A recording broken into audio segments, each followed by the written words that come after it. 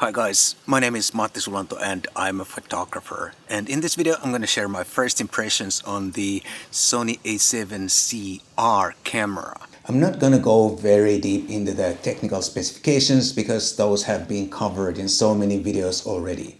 I'm going to share my first impressions, and to put that in perspective, I used to own the original A7C for about a year, and I shot a lot of videos and photos on that camera. That camera had certain shortcomings that made me sell it and get the A7 IV instead. But it seems that those shortcomings have been pretty much rectified on these two new cameras, the A7CR and the A7C Mark II. So let's go into that.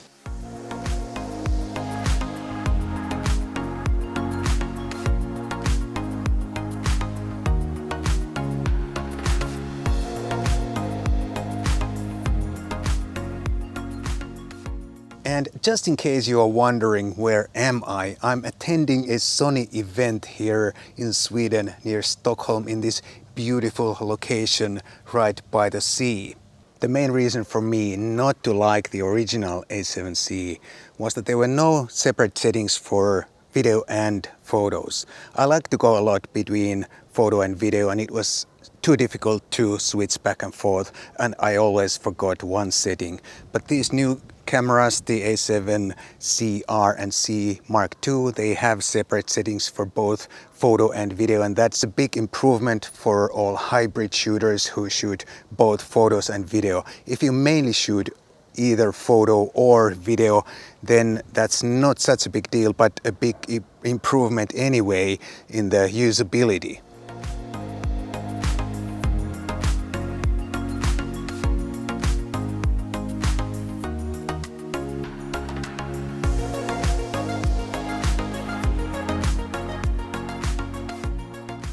There are some other improvements when it comes to ergonomics.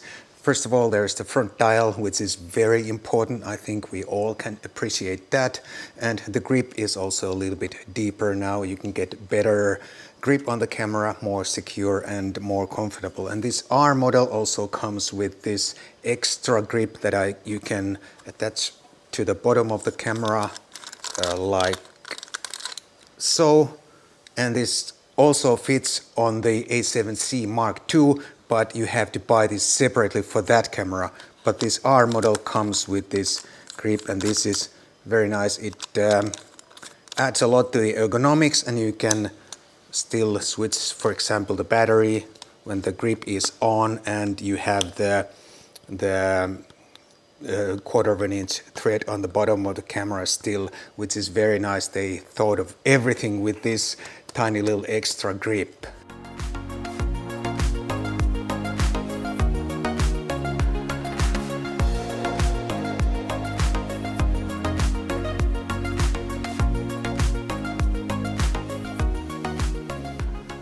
With the improved ergonomics, this camera feels quite comfortable even with a relatively big lens like this 50mm f1.2. I admit it's a little bit front heavy still, but it's not too bad and quite manageable even with one hand like this. The original A7C would feel terrible with a lens like this, and you'd need two hands to shoot on that and hold it properly. The EVF is also a lot better than before. On paper it doesn't look like it's been improved, but in real life it's a lot brighter and a lot clearer and a lot nicer to use even with glasses and on a bright day like this.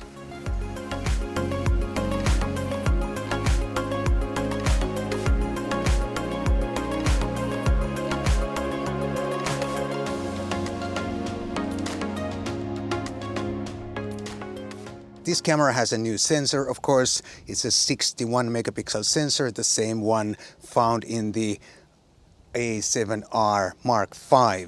And the A7C Mark II has a 33 megapixel sensor found in the A7 Mark IV. I personally think the 61 is a little bit too much for me, but if you want as many megapixels as you can have in almost a pocket-sized camera. This is the camera to get.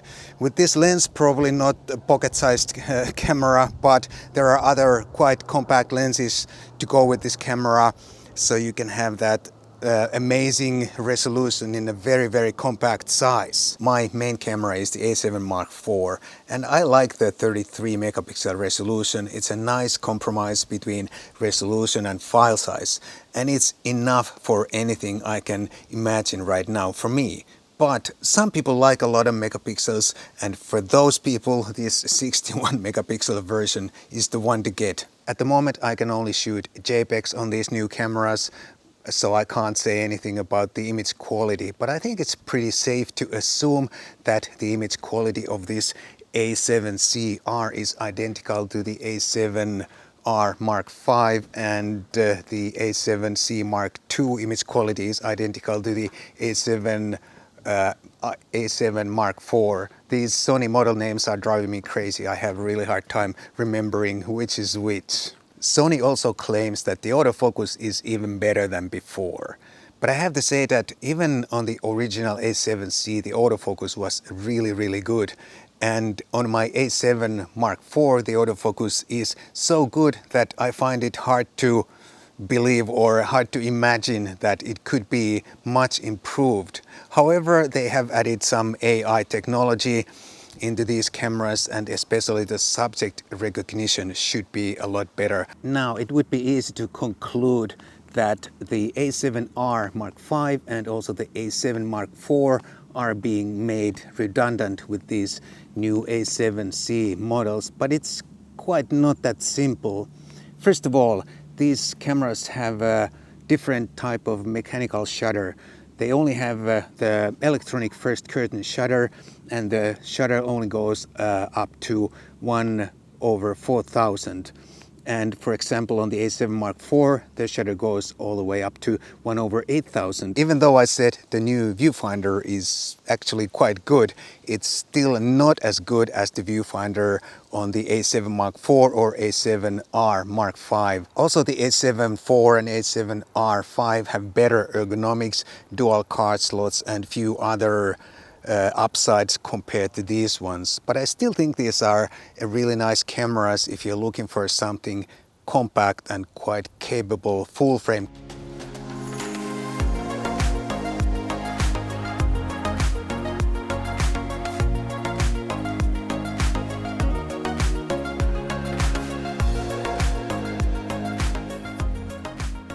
To summarize my first impressions on the A7CR camera, I'd say that at the moment, if you want the most capable, most compact full-frame camera, this is the camera to get.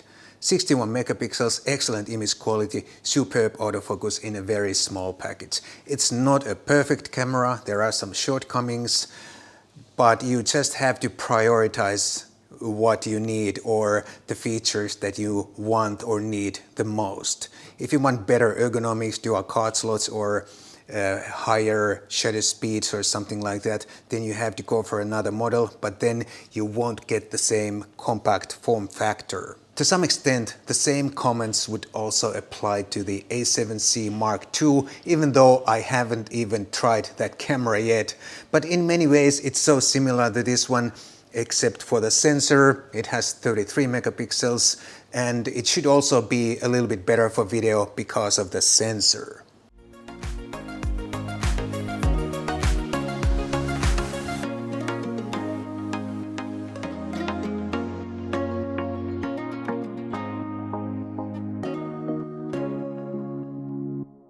I hope you enjoyed these first impressions on the Sony A7CR camera. Thank you so much for watching, and if you found this video useful or entertaining, please do consider buying me a cup of coffee. There's a link down below if you don't live in Finland. Thanks once more, and I'll definitely see you again in the next video.